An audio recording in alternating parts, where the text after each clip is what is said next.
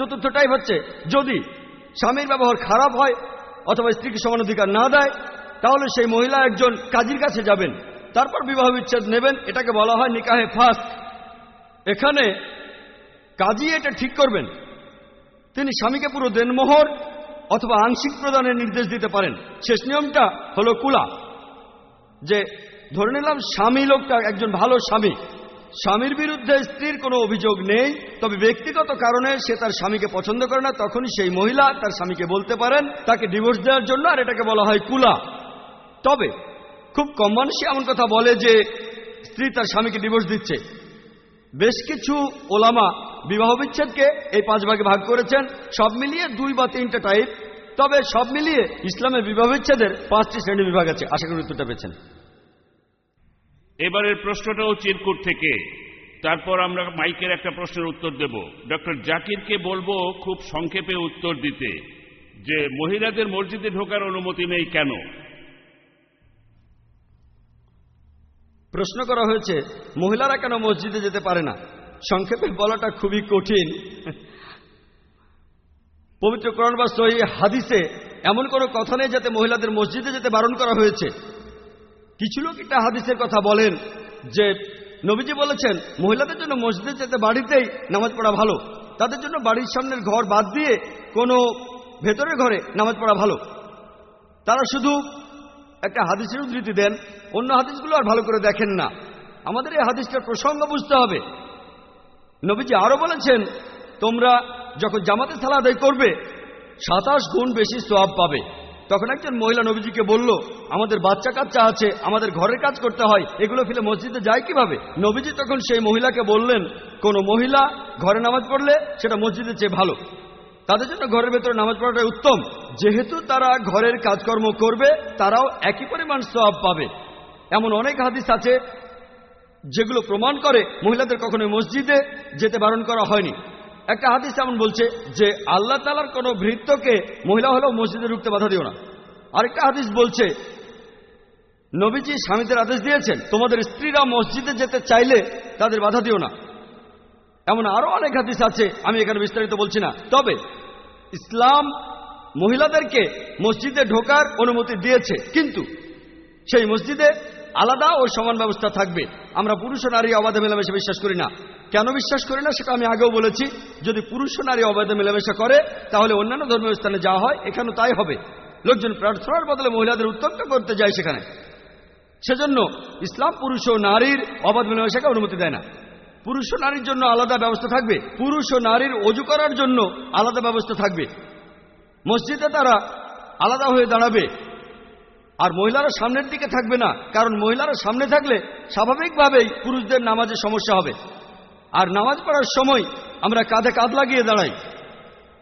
Medical ডাক্তাররা আমাদের বলেন যে মহিলাদের শরীরে তাপমাত্রা পুরুষের চাইতে 1 ডিগ্রি বেশি হয়। পাশে কোনো মহিলা দাঁড়ালে অনুভূতিটা তখন অন্যরকম হবে। আর তখন আল্লাহ সুবহানাহু ওয়া তাআলার উপর মনোযোগ না দিয়ে সেই মহিলার উপর মনোযোগ দেবেন। আর সেজন্য ইসলাম অনুযায়ী মহিলারা নামাজে পেছনে দাঁড়াবে। সৌদি আরব, লন্ডনে দেখবেন মহিলারা মসজিদে নামাজ পড়ছে, আমেরিকাতেও মহিলারা মসজিদে নামাজ পড়ে। এমনটা দেখবেন শুধু ইন্ডিয়াতে, তারা মসজিদে যায় না। আশেপাশের দেশগুলোতে এমনটা দেখবেন। হারাম শরীফে দেখবেন, মক্কা শহরে মসজিদে নববী সেখানেও যাচ্ছে। তবে আলহামদুলিল্লাহ ইন্ডিয়াতে এখন কিছু মসজিদ হচ্ছে, বোম্বেতেও, যেখানে মহিলারা গিয়ে নামাজ পড়তে পারেন। আশা করি অন্য মসজিদও শুরু হবে। ধন্যবাদ। এবারে পরের প্রশ্ন। এক্সকিউজ মি, আমি একটা প্রশ্ন করতে চাই। এই প্রশ্নটা কলেজ অফ সোশ্যাল ওয়ার্কের স্টুডেন্টদের পক্ষ থেকে। আজকের আলোচনার বিষয় হলো ইসলামে নারীর অধিকার। তবে আমার মনে হয়েছে যে এই অনুষ্ঠানটা আসলে এখানকার পুরুষ শ্রোতাদের জন্যই হচ্ছে। যদি এই বিষয়টা নিয়ে কোনো বিতর্কে আসতে চান তাহলে সেই বিতর্কটা আপনারা সারা জীবন ধরেই করে যেতে পারবেন। আপনি আপনার প্রশ্নটা করেন, দেখি উত্তর দেওয়া যায় কিনা। এই প্রশ্নটা, আমাদের হাতে সময় কম। আচ্ছা, তাই তাড়াতাড়ি প্রশ্নটা করেন। আচ্ছা, আমার এই প্রশ্নটা ইসলামিক রিসার্চ ফাউন্ডেশনের কাছে। আপনাদের অনুষ্ঠানের বিষয়টা হলো ইসলাম ধর্মে নারীর অধিকার। তাহলে আপনাদের স্টেজের উপরে কোনো মহিলা নেই কেন? স্টেজের উপরে কেন শুধুমাত্র পুরুষরাই বসে আছে? এই ব্যাপারটা আসলে এখানে উপস্থিত মহিলা শ্রোতাদেরকে কোনোভাবে সন্তুষ্ট করতে পারছে না। বোন, আপনি প্রশ্ন করলেন যে আজকের এই অনুষ্ঠানের স্টেজের উপরে কোনো মহিলা নেই কেন। কারণ এই অনুষ্ঠানে কোনো মহিলা বক্তা নেই বোন। আমাদের ইসলামিক রিসার্চ ফাউন্ডেশনে প্রত্যেক শুক্রবার একটা অনুষ্ঠান হয় যেখানে মহিলা বক্তা থাকেন আর তারাই কথা বলেন। আজকে আমি এই অনুষ্ঠানের বক্তা আর আমি একজন পুরুষ, আলহামদুলিল্লাহ, আমি কোনো মহিলা নই। আর এখানে আজকের প্রধান অতিথি তিনিও পুরুষ, আলহামদুলিল্লাহ, জাস্টিস এম কাজী। আর কোঅর্ডিনেটর সবাই পুরুষ। আমাদের অনেক অনুষ্ঠান আছে যেখানে মহিলা বক্তারা বিভিন্ন লেকচার দেন আর সেখানে প্রধান অতিথিও মহিলা। ইনশাল্লাহ ভবিষ্যতে এমন কোনো অনুষ্ঠান হলে আপনাকে আমন্ত্রণ জানাবো। এবারের প্রশ্ন চিরকুটে। একজন পুরুষ দ্বিতীয়বার বিয়ে করতে চাইলে কি প্রথম স্ত্রীর অনুমতি নিয়ে আবশ্যিক? প্রশ্ন করা হয়েছে কেউ দ্বিতীয় বিয়ে করতে চাইলে প্রথম স্ত্রীর কাছে অনুমতি নেয়া এটা কি আবশ্যিক?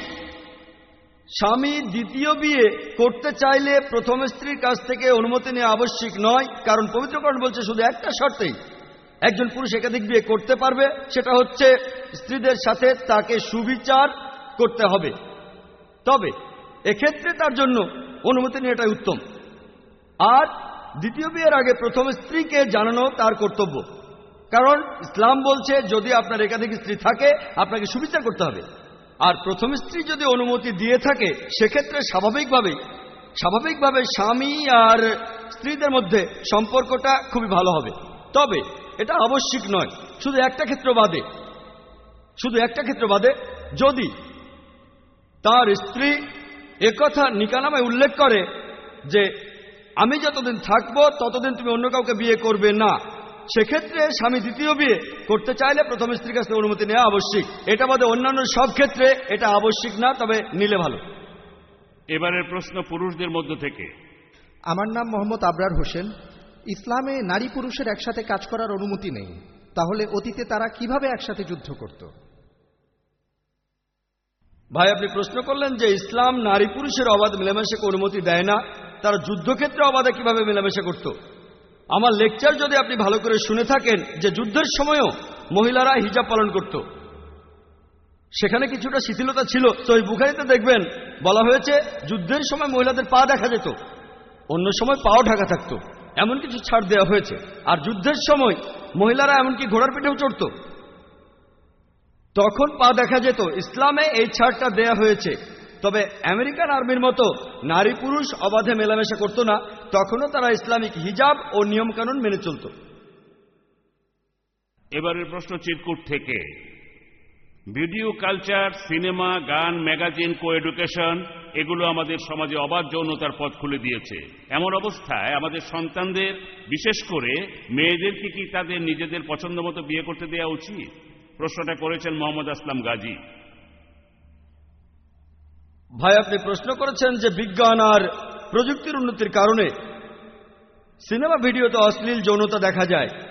এমন পরিস্থিতিতে আমাদের মেয়েদের কি নিজ পছন্দে বিয়ে করতে দেওয়া উচিত?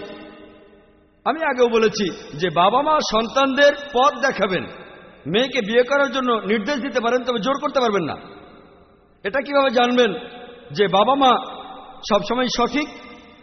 তাই ইসলাম আমাদের বলছে যে বাবা মা সন্তানদের বিয়ের ব্যাপারে নির্দেশ দিতে পারেন, কিন্তু জোর করতে পারবেন না, কারণ এখানে আপনাদের মেয়েই তার স্বামীর সাথে থাকবে, আপনারা নন। এবারে আমাদের অনুষ্ঠানের শেষ প্রশ্ন মহিলাদের মধ্য থেকে। আসসালামু আলাইকুম, আমি মিসেস রাজিয়া খান। ইসলামের আইন অনুযায়ী শুধুমাত্র বাবাই হলেন পরিবারের অভিভাবক, কেন? বোন, আপনি প্রশ্ন করলেন যে ইসলামের আইন অনুযায়ী শুধু বাবাই পরিবারের কর্তা। এটা ভুল বোন।